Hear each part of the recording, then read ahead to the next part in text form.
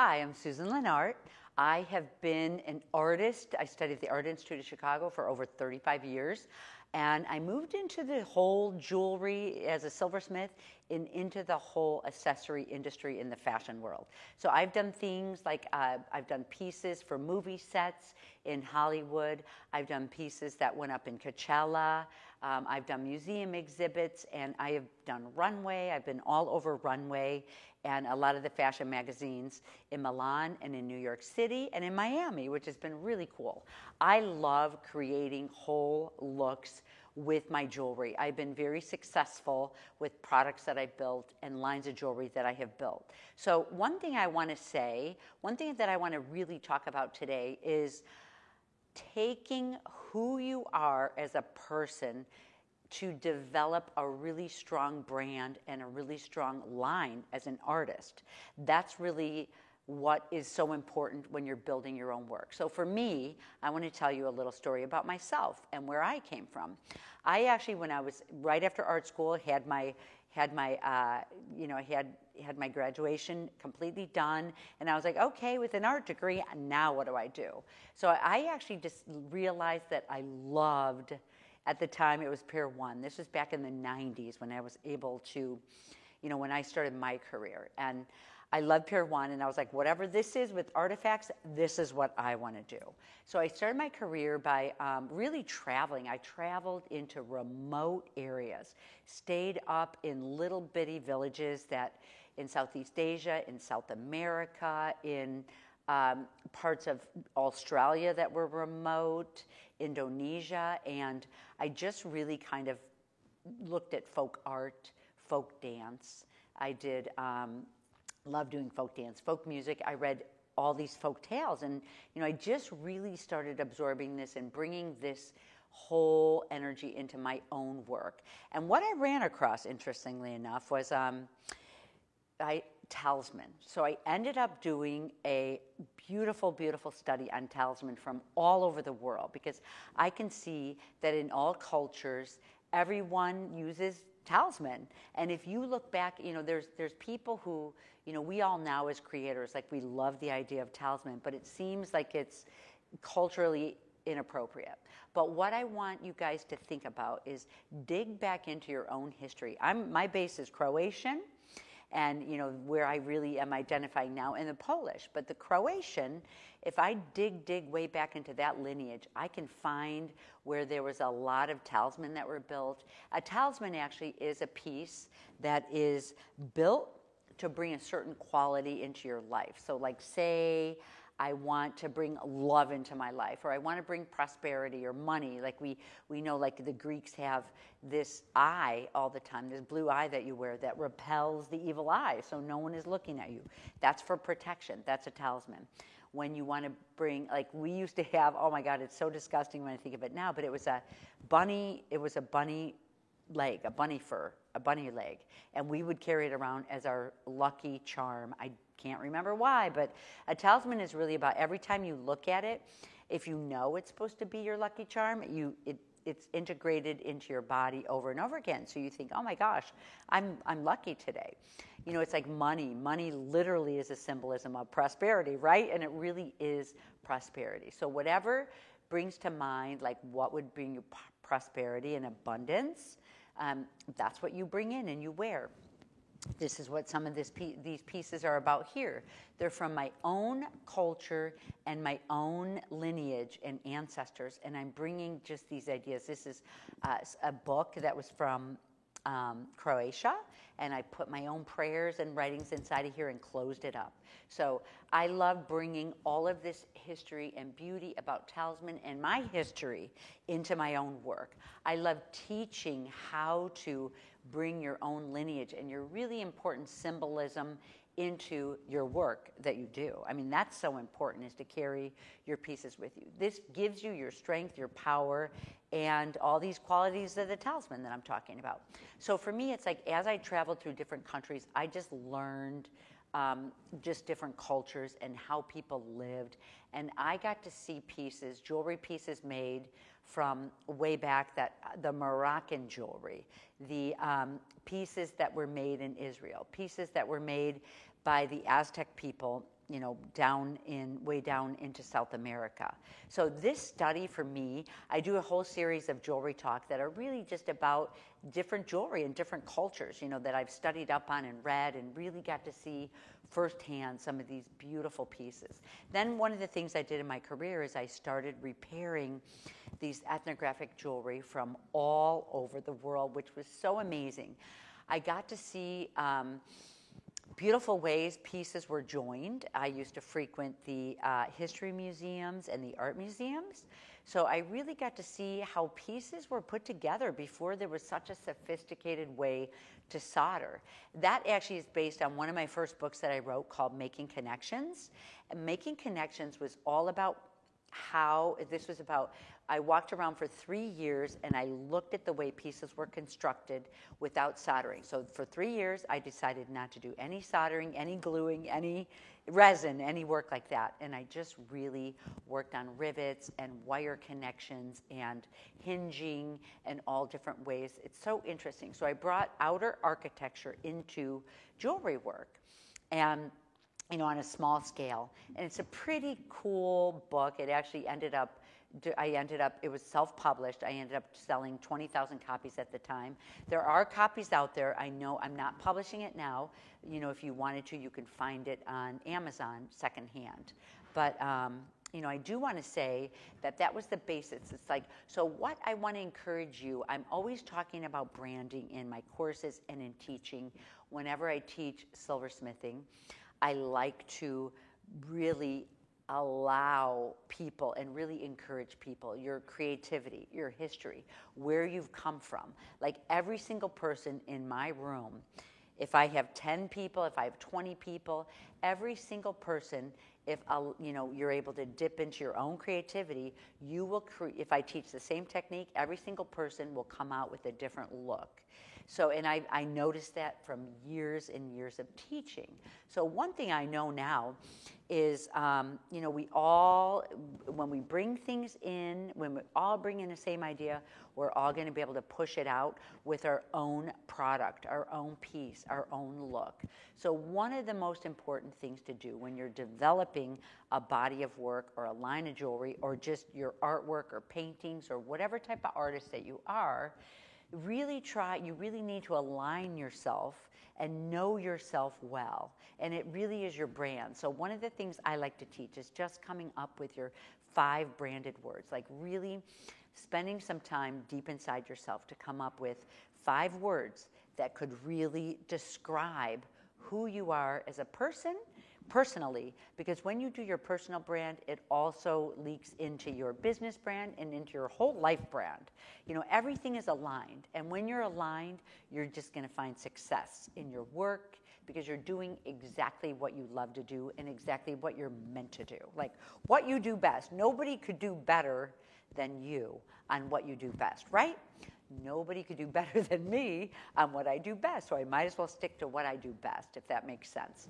So, really, I really like to encourage people to come up with their 5 words that really empower you and can describe who you are, where you're going to, what your brand is about. It's like that's your mission statement, is your 5 words. And once you can come up with those 5 words, if you just work within these 5 words to develop your work as an artist, what you're creating, any products that you're developing, any services that you're developing, when you work within these 5 words, you will always have a strong brand. That's your brand. Once you have your strong brand, like that's a whole conceptualization. And I see a lot of people in business, they just want to bypass that. They're like, oh my gosh, that's not important. Give me the technical stuff. I want to build my website. I want to figure out the technical stuff for my social media, for my marketing.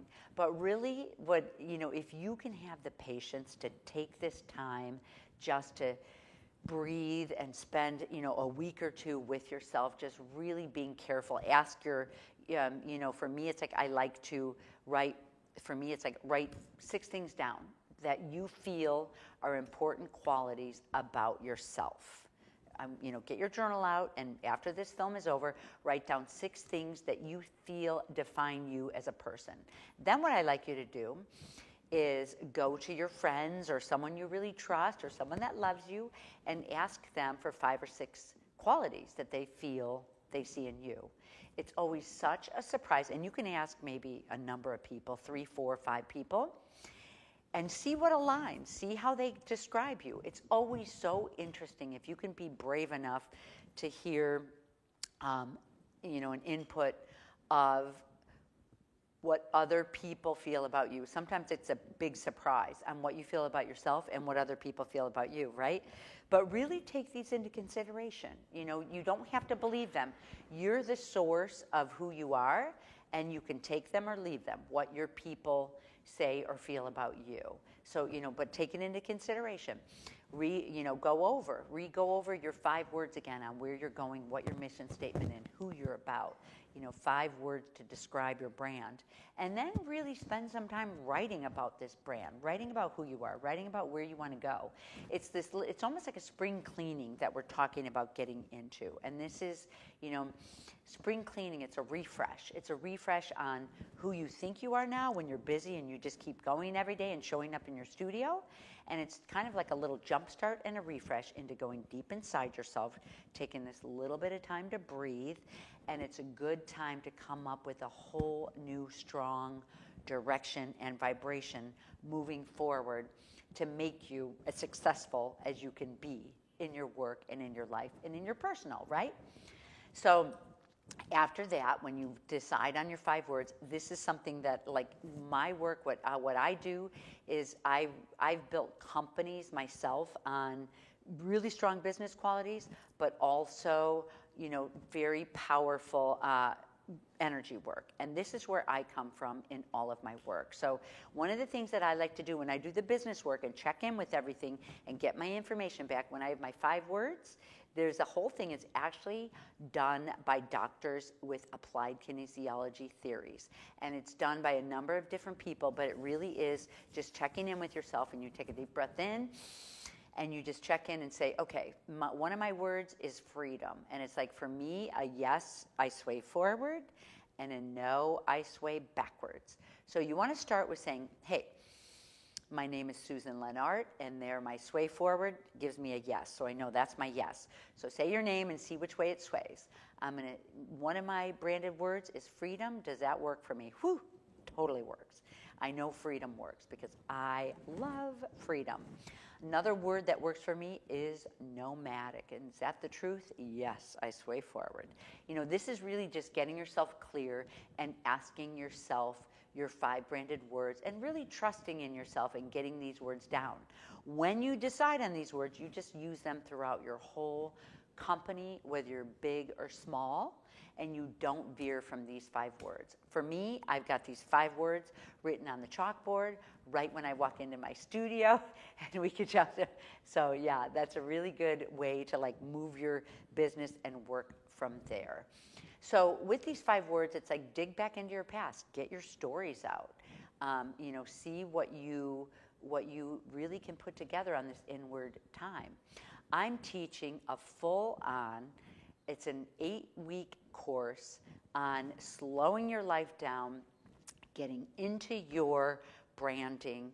I'm on week 7 with my students now, and I am seeing them come alive, and they're writing testimonials for me, but I'm so excited about this. It's always so exciting for me to see people grow and become stronger. We're all so different. The healthier people can become in life, the healthier our whole world is. You're not competition when you're strong in your own brand and you're building your own work. This is my work. This is what I do.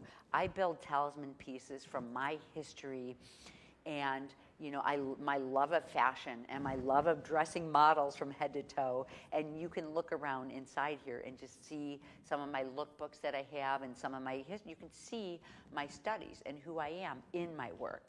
So it's not, although, and other people can love my work or not love my work. And even if you love someone's work, it doesn't mean that it aligns with you to build. If you want to be a strong designer and artist and really put out a powerful body of work that other people recognize, you really want to start with yourself, your core, who you are, and build your work from there. And that's what I love helping people do, is, you know, really digging into your own background. You have a really interesting story. Sometimes, you know, we look at other people's stories and we think, oh my gosh, I wish that was me, you know, but really, you have just as interesting of a story. I've had people in my workshops who are doctors and lawyers and politicians and, you know, artists of different types, but environmentalists, you know, whoever you are and whatever work that you chose to do, you're going to be able to find a body of work that comes from that place, and you can work from that place. That's your power place. That's your love, you know. When you follow your path of the work that you love, you're going to end up in a very powerful body of work that's distinctive to you. You're going to enjoy your life. You know, that's one of the things that I'm teaching my students in this course now, is that this isn't work. We say going into work. You know, I have recently just rebranded myself, and I'm letting go of so much of the old, because it's my opinion now that I need to show up and put love and joy and happiness and all of this into my work, because then, you know, it shows. It shows in your work. It shows in your business. It shows in your brand, you know. When you really can get in and love, love, love your work, it really shows up where you can love your work. And this is also what my channel here, The Path to Success for the Artist, is all about. It is all about, you know, really picking your products, picking your line, picking your services, picking what you want to do as an artist, a creator, an inventor, and moving forward in this way.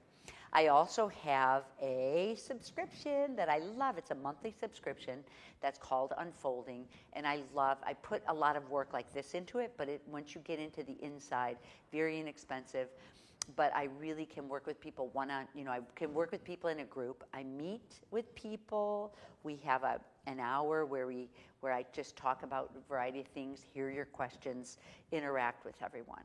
So that's what Unfolding is all about. I put in there a lot of different tips, especially like this one here, where I feel like my mission is to work with the path to success for the artist and how to get there. Where am I coming from in my information? I'm coming from a place where I have built multi-million-dollar companies, multi-million-dollar lines of jewelry, services that have been, you know, teaching and services, and I teach from all around the world.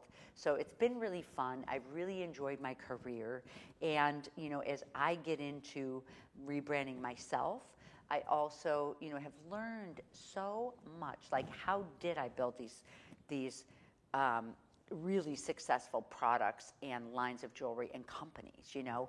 And I look deep back into how I did this. And this is what I'm just sharing with people on my channel, in my, you know, really teaching people straight up in my 8-week branding course. So you guys will find a lot of things like this around. So please enjoy looking around the channel and, you know, and just see if you can do this assignment that I gave. It's a really, really good start to getting deep into your own brand and really loving your work and loving who you are. This is the path to success.